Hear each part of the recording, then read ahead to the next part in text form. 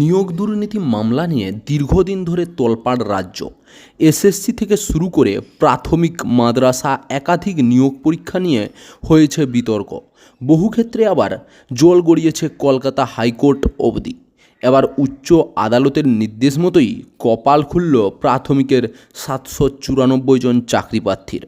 বৃহস্পতিবার উত্তর চব্বিশ পরগনা জেলার প্রাথমিক শিক্ষা সংসদের তরফ থেকে মেরিট লিস্ট প্রকাশ করা হয়। হাইকোর্টের নির্দেশ অনুসারে প্রকাশিত হয় এই তালিকা। তা দেখে বহু চাকরিপ্রার্থীর মুখে হাসি ফুটেছে।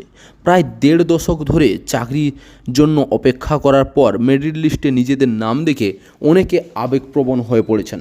দ্রুত জয়েনিংয়ের সম্পূর্ণ প্রক্রিয়া সম্পন্ন হবে এই আশা করেছেন সকলে। গত 25 এপ্রিল কলকাতা হাইকোর্টের তরফ থেকে 2 মাসের মধ্যে 800 প্রার্থীর চাকরি দেওয়ার নির্দেশ দেওয়া হয়েছে। 2009 সাল থেকে চাকরির অপেক্ষায় রয়েছেন ওই প্রার্থীরা। ওদিকে সেই বছরের প্রাথমিক নিয়োগ পরীক্ষায় যে দুর্নীতি হয়েছিল তা স্বীকার করে নিয়েছে উত্তর চব্বিশ পরগনা জেলার প্রাইমারি ডিস্ট্রিক্ট কাউন্সিল। মামলার শুনানির সময় বিচারপতি জিজ্ঞেস করেছিলেন কি চান, বোর্ড চাকরি দেবে নাকি তদন্ত হবে। জবাবে কাউন্সিলের তরফ থেকে বলা হয় আমরা চাকরি দিতে তৈরি। এরপরেই ধাপে ধাপে শুরু হয় প্রক্রিয়া। এই বিষয়ে মেরিট লিস্টে নাম থাকা একজন প্রার্থী বলেন, নাম দেখার পর আমার সত্যি খুব খুশি। কবে জয়েনিং লেটার পাবো সেই নিয়ে একটু চিন্তায় রয়েছি।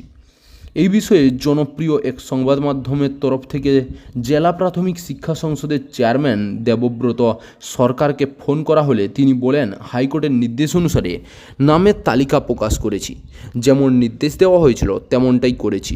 অ্যাপয়েন্টমেন্ট লেটার হাতে পেতে কত সময় লাগবে জিজ্ঞাসা করায় তিনি বলেন, এবার আমরা প্যানেলে বানাবো, সেটা কমিশন অব স্কুল এডুকেশনকে পাঠানো হবে। ওনার চূড়ান্ত অনুমোদনের পর আমরা অ্যাপয়েন্টমেন্ট লেটার দিতে পারবো। চাকরির খবর থেকে শুরু করে নিয়োগের খবর থেকে শুরু করে ঝড় ঝঞ্ঝা, দেশ বিদেশ, রাজ্য, জেলা এবং আপনার শহরের খবর একটা চ্যানেল আমাদের newsbangla.com সবার আগে আপনারা পেয়ে যাবেন। তাই চ্যানেলটাকে অতি অবশ্যই সাবস্ক্রাইব করে পাশ থেকে বেল আইকনটা ক্লিক করে অল নোটিফিকেশন অন করে রাখুন। জয় হিন্দ, জয় ভারত।